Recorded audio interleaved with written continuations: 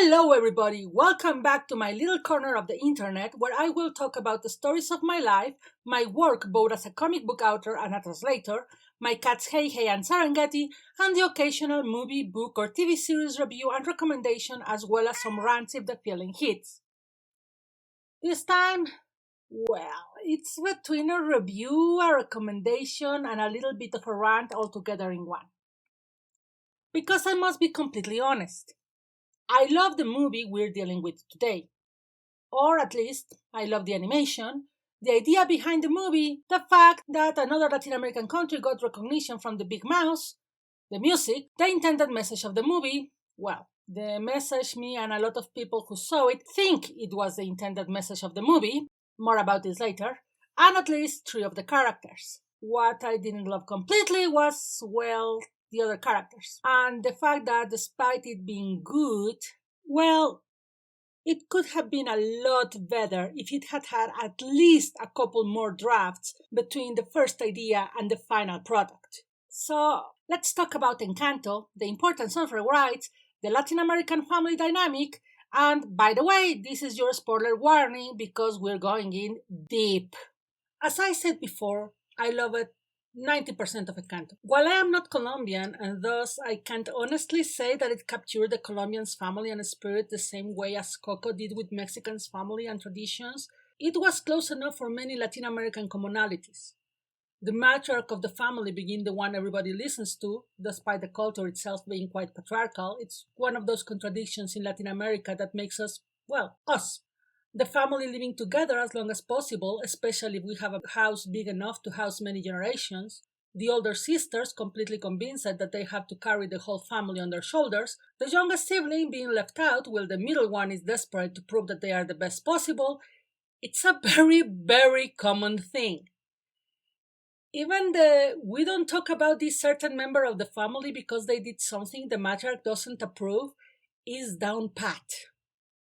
And yet, despite it being so easy to see a Latin American family in the Madrigals, at the same time, they are not shown to be a nice family. Like, at all. They are one of the best examples of a toxic family I have seen in a long, long time. Not just to Mirabel, but to everyone. And I am sad because it means that the message of the movie, everyone is special, even if they are not, gets kinda murky because, well, it's pretty obvious that despite of what they tell Mirabel, no one really thinks she's as special as everyone else and will treat her differently for things that are not her fault while insisting that she is not treated differently. And when it tries to add, your family will love you no matter what, it shows very clearly that no, the Madrigals don't love every member of the family equally because, well, we don't talk about Bruno. Which is a bit of a very toxic message to give because, yes, in theory, family will always love you no matter what, and thus you should love them the same. But there are cases in which cutting contact with your family is the only way to get better, to heal the wounds that they caused. This is especially notorious with narcissistic parents, such as Abuela Alma. And yes, I just said something that is pretty much against every Latin American household, because yes, we do believe that family is first and foremost no matter what. But again, this is not good for mental health, especially in a movie that is showing how trying to please the matriarch is doing, well, cracks in everybody's mental health. And that's where we have the biggest problem here. It's very hard to like the Madrigals right away when the very first time you see them, and Casita, the sentient house, is when they treat Mirabel badly for something that was completely out of her control, that obviously hurts her and yet insists that it's a loving family and that this is perfectly normal. Even Antonio does this, even if it's in a lesser degree. Yes, he insists on including Maribel in his door ceremony, but once he gets his power, he doesn't ask for her to be part of the family photograph, not even waves at her to come in. While one could say it's to make clear how Mirabel feels as she's not really part of her own family, it doesn't help when the family shuns her in those little microaggressive ways. But then, the other problem is that while we're introduced to every single Madrigal member in a very catchy song, We don't really know them. We know Mirabel and Abuela Alma, yes. Dolores gets a bit of the spotlight, but we never find out, for example, why Isabella thinks that Mirabel is always in the way. We can assume it's because Mirabel doesn't have to live up to Abuela's expectation, even if we know that in fact Mirabel is trying hard to make Abuela proud, powers of not. Isabella doesn't know this. But we don't really know, which of course is problem number 3 with the movie. We never know. The plot of the movie is, in theory, simple. The Madrigal family has magic that is passed down generations, but one girl was skipped from this miracle. Now, for some reason, the magic is failing, and it's up to Mirabel, the non-magical Madrigal, to find out why this is happening and how to stop it. If you are wondering why Mirabel got no powers, well, you are going to keep wondering. And there are a lot of theories around it, including one that says that Mirabel had a gift, just that it wasn't obvious, and another that claims that her gift is to give others their gifts, just like Abuela Alma, but neither are sustained by the movie. The first, because every Madrigal with a gift gets a special room with a special door, and Mirabel doesn't have a door. She's doomed, her words, to live forever in the nursery room where kids live until they are 5 years old and get their own door. So, by the movie's own rules, no door, no gift. Second, Abuela Alma is not the one who gives out the gifts, because if she did, then there would be absolutely no reason for her not to give Mirabel a gift, as when we first met the two, Abuela Alma is completely sure Mirabel will have a gift and be helpful to the town. There's no reason to believe Abuela will want Mirabel's gift less, nor that the head of the household can have powers, as the powers appeared after Abuela was already a mother, and we know powers are only given to 5-year-old kids, so both theories fail. Now, there is no reason to ask for the movie to explain the origin of the magic. It is, after all, heavily influenced by 100 Years in Solitude by Gabriel Garcia Marquez, and one of the main things of Latin American magic realism is that nope, we don't explain the magic. It's just is. However, just because the origin is not explained, that doesn't mean that we don't have rules that are to be followed to make the narrative clear. So here, we never know why Mirabel has no power. It can't be because she's the third daughter of a branch, because Antonio gets a power.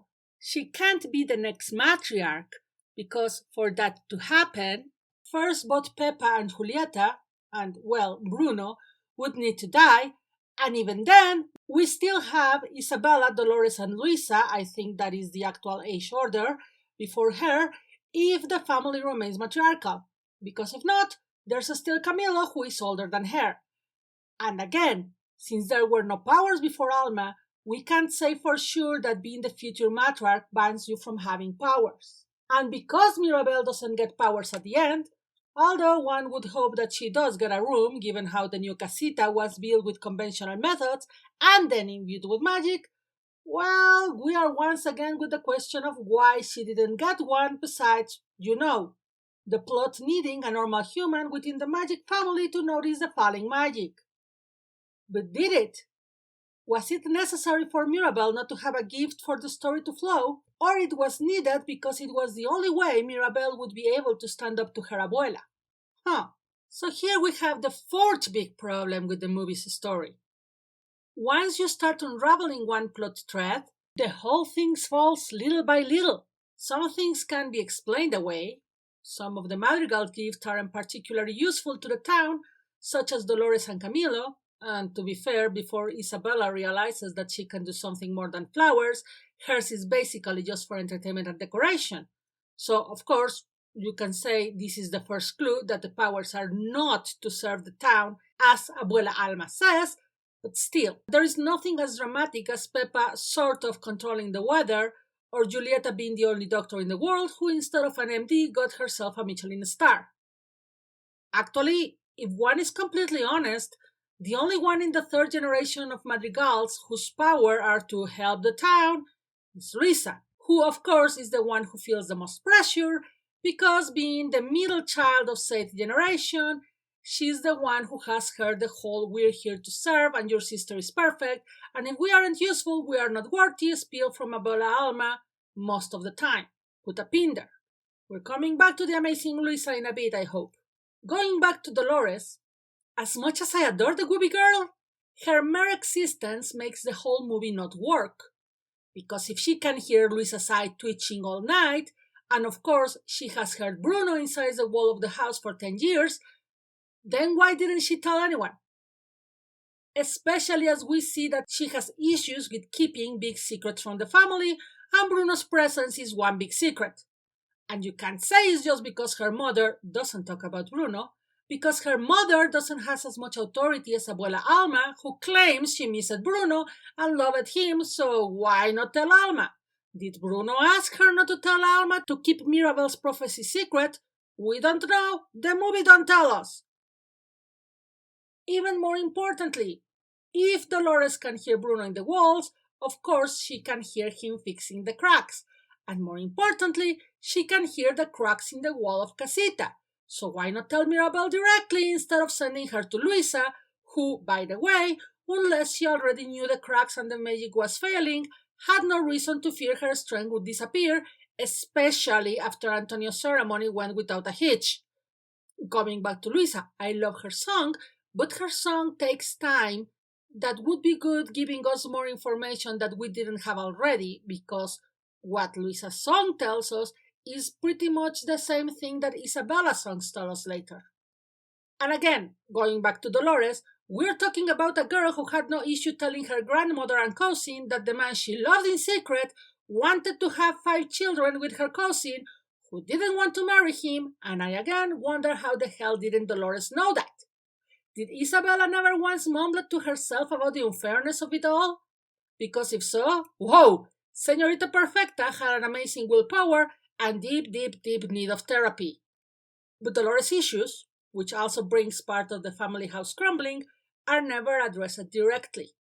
In fact, her arc gets solved in the most pair-dispersed way possible, because even as she does realize that Mariano asking her to marry him pretty much immediately is a bit too fast, she still dates him. And I still don't know why Mariano loved her or Isabella. Mariano is a non-character. And that is the problem again. The movie has way too many characters and no one's arc is really solved in the end. Yes, Abuela Alma seems to realize that her narcissism and her way of controlling the family is wrong. But she never realizes that most of her attitude came from the thrill of being, in effect, the town's ruler, as everyone depended on her and her family. But other than letting Mirabel put the new doorknob in the house and promising that she will change, we don't see much change. Sure, it's because the movie is very short. But at least we could have 10 extra minutes for an epilogue, just as we saw the Riveras in Coco singing together at the end, so we could see that yes, the music ban was over and Imelda and Hector were reunited and in love again, no? And that's not going, for example, way back into Luisa's arc. We see that she's now relaxing a bit, but did she ever realize that her worth is not in her super strength? And yes, Bruno was welcomed by his mother and sister, but that doesn't change the fact that mere hours before, one of Said's sisters and the whole town were singing about how much they despised him. In Abuela Alma and Julietta's defense, they didn't join in the song. But one can't wonder how welcome Bruno really was by, say, his nephew Camilo, who had only heard the worst of his uncle. And Camilo is a non-character because we never find out what his deal is.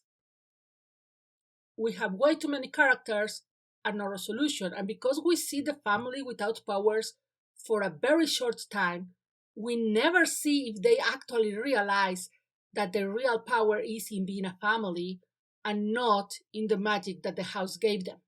Don't get me wrong. Encanto is a movie with a lot of good intention. But unfortunately, most of them are lost in translation. The intended message of you don't need to be extraordinary messes up with the fact that, yes, some people aren't just like the rest of their family, and the family should adapt to them, not the other way around, because they are different. And different, despite what we are shown, is not bad or less than. But the movie doesn't quite land the message. It will probably win a couple of Oscars. Best Animation, because Disney, and Best Music, which will probably be deserved. But I don't see how it could get a Best Script since, yeah, it needed more work to iron those issues I pointed out. It will be celebrated because, hey, a Disney movie with a brown main character that is not turned into something else. We haven't seen that since Moana. And before that, Pocahontas, which is another whole bag of worms. But it does feel like a step backwards after Pixar's Coco, and in general, not the best Disney could do as a love letter for Colombia. Watch it, get a couple of airworms stuck into your head, and come back to tell me what you thought. I want to thank my dear patrons, Mitch Hyman, Elaine Ho, and Jessica, as well as my first supporter Tanya Pineda, as well as Amy Sung, who is the greatest human being on the planet and without whom these videos wouldn't be possible. I also want to remind you that if you want to support these and my other projects and get your name mentioned here, you can do so at patreon.com/Adalisa, written link on description with my link tree, as I know my name can be hard to spell. And with just $1 a month, you will always be thanked in my videos, as well as get access to a ton of art before anyone else. If you can't support me this way, I also accept likes, subscriptions to the channel, comments so that the algorithm catches engagement, and of course, you sharing the links. I will also welcome all your questions, feedback, and suggestions in the comments below.